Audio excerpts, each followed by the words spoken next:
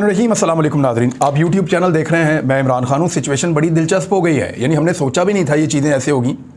गरीबों की हुकूमत आई, हमदर्दों की हुकूमत आई और उन्होंने आकर अपनी हुकूमत के पहले ही दिन खामोशी के साथ चीनी की कीमत में 9 से 13 रुपये किलो इजाफा कर दिया है।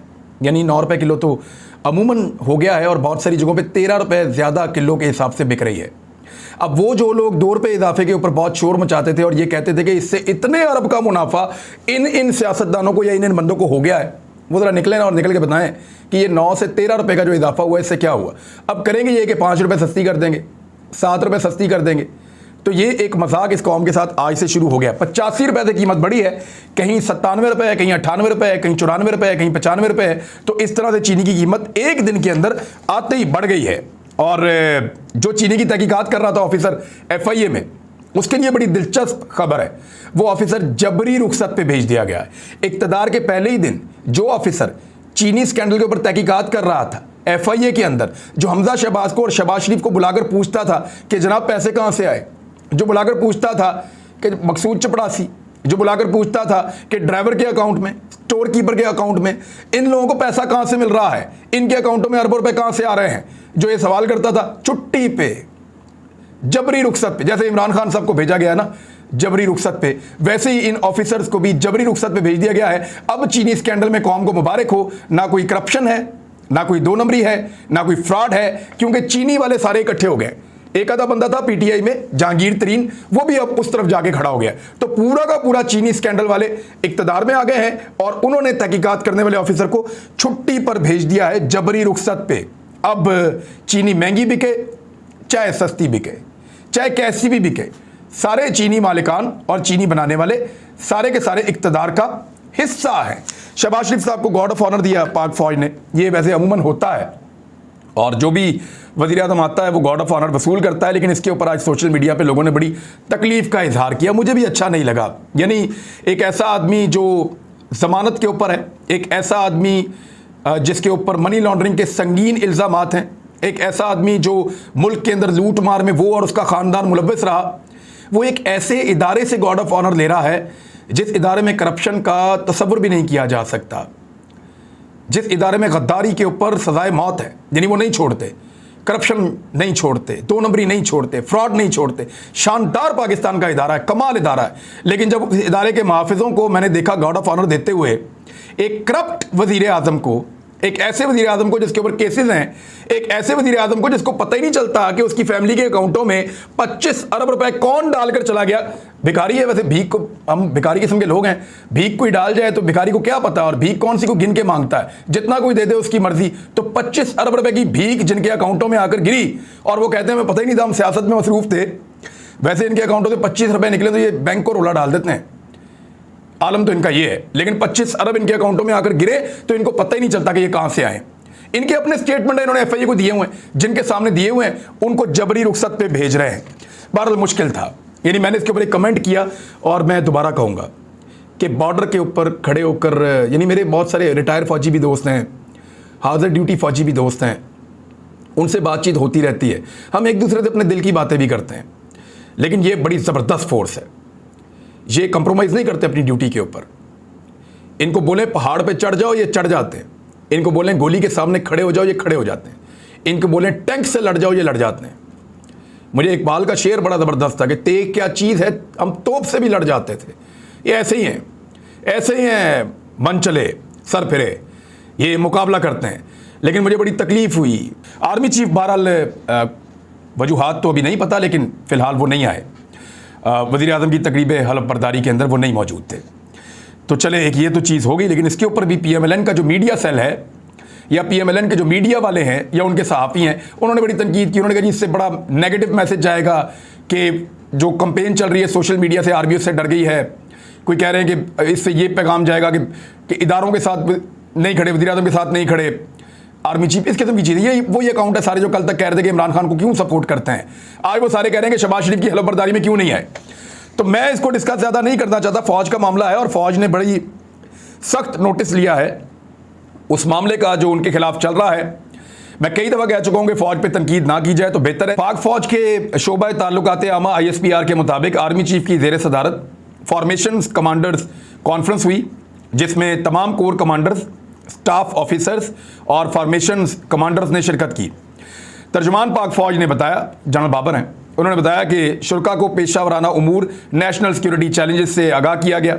लेकिन जो पॉलिटिकल मामलात के अंदर आजकल चल रहा है उस पर जो चीज़ इसमें आई वो ये है कि ISPR के मुताबिक आर्मी चीफ ने फॉर्मेशन की ऑपरेशनल तैयारियों पर इत्मीनान का इजहार किया। कोर कमांडर का अफसरों और जवानों की कुर्बानियों को खराज तहसीन पेश किया। वो तो पूरी कौम करती है।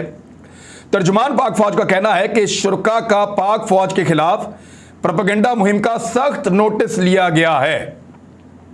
जो पाक फौज के खिलाफ ट्रेंड चल रहे हैं इस वक्त सोशल मीडिया पे, उसका सख्त नोटिस लिया गया है।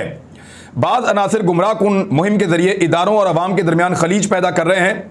कौमी सलामती हर चीज़ पर मुकद्दम है। शुरका का कहना है कि पाक फौज हमेशा रियासती इदारों के लिए खड़ी हुई है। पाक फौज हमेशा बिला इम्तियाज़ रियासती इदारों का तहफ़्फ़ुज़ करती रहेगी। फोरम के शुरका का अस्करी क़यादत पर मुकम्मल इत्मीनान का इजहार। वैसे ये तो हमेशा होता है, यानी अस्करी क़यादत के ऊपर तो फौज का ये चेन ऑफ कमांड का तो मसला ही कोई नहीं है। ये तो एक गैर ज़रूरी चीज़ है अगर इसको बताया भी जाए तो, कि अस्करी क़यादत पे इत्मीनान का इजहार। ये तो अस्करी फौज के अंदर ये इस तरह का इदारा नहीं है कि नीचे से ऑफिसर खड़े होकर कह देंगे ये नहीं वो नहीं, ऐसे नहीं चलता। अस्करी क़यादत के ऊपर उनको पूरा एतमाद होता है और चेन ऑफ कमांड जो है फौज के अंदर बड़ी क्लियर है, ये सबको पता है। अब मामला ये है कि इस सारे इशू को लेकर फौज बड़ी हसास है कि फौज के खिलाफ कंपेन क्यों चल रही है। यहाँ एक खबर और है, और ये खबर जो है ये जारी की गई है ट्विटर के ऊपर। इसका हवाला मैं दे देता हूँ। मुबशर जैदी साहब सीनियर जर्नलिस्ट हैं, उन्होंने लिखा है कि लेटेस्ट क्या आया कि FIA found no evidence organised campaign against institutions by Pakistan Tehreek Insaf official activist are being released. वो ये कह रहे हैं कि जो सोशल मीडिया एक्टिविस्ट FIA ने पकड़े थे उन्होंने उनको छोड़ दिया है, ये बताते हुए कि कोई ऐसा सबूत नहीं मिला कि इदारों के खिलाफ जो कंपेन चल रही है सोशल मीडिया पे वो कोई ऑर्गेनाइज्ड कंपेन है और वो बनाई जा रही है। यानी ये एक ऑर्गेनिक कंपेन है। ऐसा लगता है लोग रिएक्शन दे रहे हैं या गुस्से में हैं या वो बात कर रहे हैं या वो गिला कर रहे हैं। अपने इदारे अपने लोग अगर वो गिला कर रहे हैं। FIA ऑफिशियल से they were under pressure to detain people. अच्छा, FIA ने यह भी कहा कि वो अंडर प्रेशर है, उनके ऊपर दबाव डाला जा रहा है कि लोगों को हिरासत में लें, उनको गिरफ्तार करें। क्रैकडाउन जो है वो सोशल मीडिया के ऊपर हो रहा है और लगातार इस हवाले से खबरें आ रही हैं। अब मुझे और अरशद शरीफ को और एक और हमारा दोस्त है उसको भी, सदीक जान को भी गिरफ्तार किया जाएगा, ये इतलात है। और ये इतलात कुछ सहाफ़ियों ने हमें दी हैं जिनमें मोहित पीरज़ादा साहब हैं, उनके भी सोर्सेज हैं, उन्होंने भी ये इन्फॉर्मेशन दी है क्योंकि वो पहले ब्यूरोक्रेसी में भी रहे हैं, उनके बहुत दोस्त हैं मोहित पीरज़ादा साहब के, तो उनके पास ये इन्फॉर्मेशन है कि इन 4 लोगों को गिरफ्तार किया जाएगा। तो अब थ्रेट्स आ रही हैं, बाकायदा जो हमारे करीबी लोग हैं उनको बताया जा रहा है और ये पैगाम पहुंचाया जा रहा है कि इनको कहें यार कि चुप कर जाएं ये वो। तो हम क्यों चुप कर जाएं भाई? ना हम किसी इंस्टीट्यूशन की बेइज्जती कर रहे हैं, ना हम किसी कंपेन का हिस्सा हैं। हम तो सिर्फ ये कह रहे हैं कि पाकिस्तान में एक इम्पोर्टेड हुकूमत बनी है। हम तो सिर्फ ये कह रहे हैं कि पाकिस्तान में रिजीम चेंज का एक ऑपरेशन हुआ है और वो ऑपरेशन अमेरिका ने स्पॉन्सर किया है। उस ऑपरेशन के नतीजे में पाकिस्तान की हुकूमत को तब्दील कर दिया गया है और पाकिस्तान की हुकूमत को तब्दील करके एक ऐसे शख्स को लाकर वज़ीर आज़म बना दिया गया है जिसकी उस दिन पेशी थी अदालत के अंदर और वो जमानत के ऊपर रहा है। इससे बड़ा इस कौम के साथ मजाक हो नहीं सकता। हमारा तो ये मौक़िफ़ है। इस मौक़िफ़ के ऊपर अगर गिरफ्तार करना है, आइए हुजूर गिरफ्तार कीजिए, आइए, आओ ना, गिरफ्तार करो। धमकियां के देते हो, डराते क्या हो? यानी नई हुकूमत आई है और पहले दिन से काम शुरू कर दिया, आप गिरफ्तार करेंगे और हम डर जाएंगे। यही शहबाज शरीफ वज़ीर आला पंजाब था, अच्छी तरह जानता है मुझे, इसको पता है इसने किस किस तरीकों से मुझे खरीदने की कोशिश की है, इसको पता है कि इसने किस किस तरीके से मुझे डराने की कोशिश की है। इसी के वज़ारत आला में मेरे ऊपर मुकदमे तक दर्ज हुए हैं। हर चीज़ जानता हूं, हर किस्म की हिरासत का सामना किया है। जितना भी इन्होंने हरासा किया उसके बावजूद मैं डट कर मुकाबला करता रहा हूं। तब मैं एक आम सा रिपोर्टर था, आज भी एक आम सा इंसान हूं, आम सा सहाफ़ी हूं, आज भी मुकाबला करूंगा, डरूंगा नहीं। डराओ मत, आओ गिरफ्तार करो, देखते हैं कितना जुल्म कर सकते हो। और हम डरने वाले नहीं हैं। मुझे नहीं लगता कि ये जो आवाज़ उठ रही है ये दब जाएगी या ये डर जाएंगे मेरे अकेले की गिरफ्तारी से। गिरफ्तार करना है, आओ बिस्मिल्लाह गिरफ्तार करो। ये मजाक ना करो, लोगों तक पैगाम ना पहुंचाओ, हम तक पैगाम ना भिजवाओगे, इसको चुप कराएं, इसको बिठाएं, इसको ये करें, इसको वो करें, कोई बात नहीं मानी जाएगी। जो बात ठीक लगती है वही करेंगे।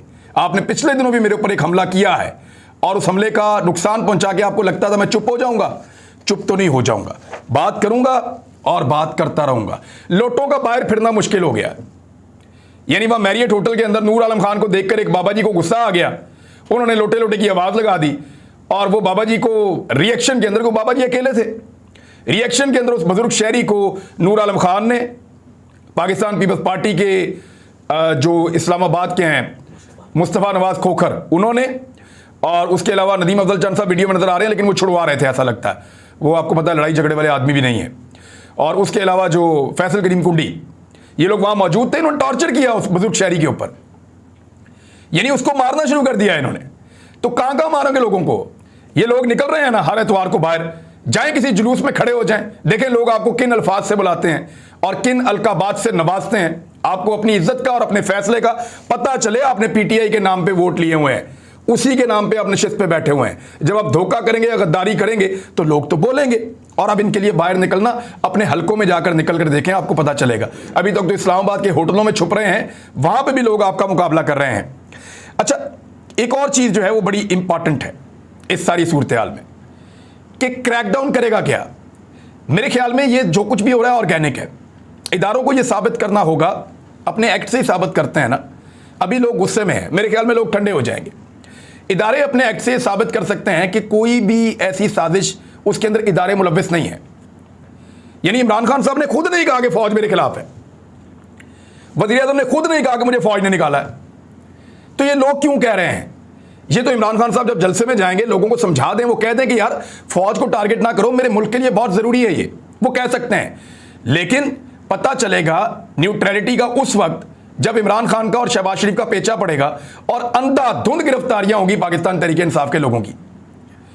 और इमरान खान साहब ने तो अभी ऑर्डर जारी कर दिए हैं, हम लोग जब सहाफ़ी गिरफ्तार होंगे तो हम तो एक दूसरे के पीछे जाएंगे, एक दूसरे को सपोर्ट करेंगे, एक दूसरे का साथ देने की कोशिश करेंगे। हमारे घर वाले, हमारे दोस्त, अहबाब, ये लोग इकट्ठे होंगे, मुझे पता है। लेकिन जो सोशल मीडिया क्रैकडाउन की सूरत में इमरान खान साहब ने जो कारकुन गिरफ्तार हों उनको कानूनी मावनत फराहम करने की हदायत कर दी है। उन्होंने अपने जो लॉयर्स की तंजीम है उसको बुलाया, इंसाफ लॉयर फोरम के जिम्मेदारान को बुला के उन्होंने कहा कि मुल्की सूरत हाल में इस वक्त बहुत ज़रूरी है कि जो सोशल मीडिया के वर्कर्स को हरासा किया जा रहा है, इन वाक़यात पर तशवीश का उन्होंने इजहार करते हुए कहा कि ज़ेर हरासत और हरासगी का निशाना बनने वाले कारकुनान को कानूनी मावनत फराहम की जाए। एक बड़ा क्रैकडाउन हुआ है पाकिस्तान के बड़े शहरों में, बहुत सारे शहरों में लोगों को गिरफ्तार किया गया है, लेकिन मैं नहीं देख रहा कि कोई अदालत नोटिस ले रही हो, अज खुद नोटिस ले रही हो। मेरे ख्याल में एतवार वाले दिन लोग दोबारा नोटिस लेंगे, और जब लोग नोटिस लेंगे तो फिर लोगों के नोटिस के ऊपर सबको बहुत तकलीफ होती है। तो हर चीज़ का नोटिस लोग क्यों लें? इदारे मौजूद हैं, उनको नोटिस लेना चाहिए कि बंद करें ये गिरफ्तारियां। और अगर किसी को बहुत शौक है गिरफ्तारियां करने का, सहाफ़ियों को गिरफ्तार करना है, तो भाई मेरी दरख्वास्त ये है कि सबसे पहले मुझे गिरफ्तार करना, मेहरबानी करके। आप जाने, पॉलिटिकल पार्टीज जाने, आप लोग वो अपना काम खुद ही करेंगे, लेकिन अगर सहाफ़ियों को गिरफ्तार करना हो तो मेरी गुजारिश है मुझे पहले गिरफ्तार करवा के, जो जुर्म उन्होंने किया वही मेरा भी है। यानी मैं वो बात कर रहा हूं जो मुझे ठीक लग रही है, और किसी इदारे की तस्दीक भी नहीं कर रहे, किसी के ऊपर उंगली भी नहीं उठा रहे, बल्कि उनको प्रोटेक्ट करने की कोशिश कर रहे हैं कि यार इदारे बच जाएं किसी तरह, मेरे मुल्क के इदारे हैं। दूसरी जानिब जितने खर्चों के दावे इमरान खान साहब के ऊपर डाले जा रहे थे वो उल्ट साबित हो गए। शहबाज शरीफ ने पहले ही दिन आते हुए अपने 3 घरों को कैंप ऑफिस यानी प्राइम मिनिस्टर ऑफिस बना दिया है। शहबाज शरीफ ने अपने 3 घरों को मुबैना तौर पे कैंप ऑफिस या प्राइम मिनिस्टर ऑफिस बना दिया। ये सोशल मीडिया पे रिपोर्ट हो रहा है, वो इसको कंफर्म कर सकते हैं। लेकिन इमरान खान साहब ने अपने 3.5 साल में, पौने 4 साल में एक भी घर को कैंप ऑफिस नहीं बनाया था। अब यहां पे जो है वो कंपैरिजन शुरू होगा। शहबाज शरीफ साहब ने आते ही जो है वो सहाफ़ियों को अफ्तार डिनर करवाया है। और आपको बड़े मजे की बात बताता हूं, मैं पूरे 5 साल बैन था नवाज शरीफ साहब के दौरे हुकूमत में, मुझे नहीं पता क्या होता था। इमरान खान साहब के दौरे हुकूमत में कभी कभी जाने का मौका मिला, कोई प्रेस कॉन्फ्रेंस, कोई प्रेस टॉक, कोई सहाफ़ियों से मुलाकात, तो ऐसे एक चाय के कप के अलावा कभी कुछ नहीं मिला, और कई दफ़ा वो भी नहीं मिला प्राइम मिनिस्टर हाउस में। शहबाज शरीफ का पहला दिन है और 2 दर्जन सहाफ़ियों को बुलवा के अफ्तार डिनर करवाया जा रहा है। तो अय्याशी माहौल शुरू हो गया है प्राइम मिनिस्टर हाउस में, और ये आपके पैसों से हो रहा है। नादरीन याद रखिएगा, पैसे आपके, मौजें उनकी, पैसे आपके, मौजें उनकी। इससे पहले वाला आदमी जो है वो किसी को आपके पैसों के ऊपर ये नहीं करने देता था, जो अब शुरू हो गया है। घरों के कैंप ऑफिस बन रहे हैं, 6-6 गुना सिक्योरिटीज जा रही हैं, सारे खर्चे अब सरकारी होंगे, सहाफ़ी भी आपके खर्चों के ऊपर जाके प्राइम मिनिस्टर हाउस के अंदर अय्याशियाँ करेंगे, ये सूरत हाल अब शुरू हो गई है। जहाँ तक इदारों के खिलाफ कंपेन का ताल्लुक है तो रिटायर फौजी अफसरान बहुत सारे ऐसे हैं जिनके सोशल मीडिया ग्रुप्स और व्हाट्सएप ग्रुप्स, उनके अंदर अगर आप जाके देखें तो वो भी ये गिला करते हुए दिखाई देते हैं कि जो फ़ौरन एक एलिमेंट के तौर पे आया था अमेरिका की जानिब से रेजीम चेंज ऑपरेशन, उसको हमारे इदारे को रोकना चाहिए था। वो ये कहते हैं और बरमला कहते हैं, हर जगह पे कहते हैं कि जो बाहर से एक ऑपरेशन शुरू हुआ था पाकिस्तान के बाहर से कि पाकिस्तान में रेजीम चेंज कर दी जाए और अंदर से लोग उसमें इस्तेमाल हुए, वो ये कहते हैं कि हमारे इदारे को उसको रोकना चाहिए था। लेकिन इदारे की ये पॉलिसी है कि वो न्यूट्रल रहेंगे, वो किसी किस्म की मुदाखलत नहीं करेंगे पॉलिटिकल मामलात में। अब ये दोनों चीज़ें मैंने आपके सामने रख दी हैं। 5th जनरेशन वॉर का टाइम है, बड़ा केयरफुली हैंडल करना पड़ेगा। मेरे ख्याल में जितनी गिरफ्तारियां होंगी, जितना ज़्यादा लोगों को दबाया जाएगा, ये मामला दबने की बजाय और उछलेगा। यहाँ पे सेंसिबली काम करना चाहिए। और इस कैंपेन का आगाज़ किसने किया था पता है आपको? ये सलीम साफ़ी का आप ट्वीट देख लें, ये देखें सलीम साफ़ी का ट्वीट, द लास्ट बॉल, ये सलीम साफ़ी का ट्वीट है, ये देखें आप। कहते हैं किसने शुरू किया था? इस कैंपेन का आगाज इस ट्वीट से हुआ था जहां पे DGISI ने अपने हाथ में बॉल पकड़ा हुआ है और सलीम साफ़ी कह रहे हैं the last ball. Imran Khan कह रहे थे कि मैं आखिरी गेंद तक मुकाबला करूंगा, तो उन्होंने DGISI का बॉल हाथ में पकड़ के, ये सलीम साफ़ी कर रहा है ना। फौज के खिलाफ कैंपेन किसने शुरू करवाई? सलीम साफ़ी ने की है ना। तो इस तरफ भी तवज्जो दें। अब तक के लिए इतना ही, अपना ख्याल रखिएगा, अपने इस चैनल का भी। अल्लाह हाफ़िज़।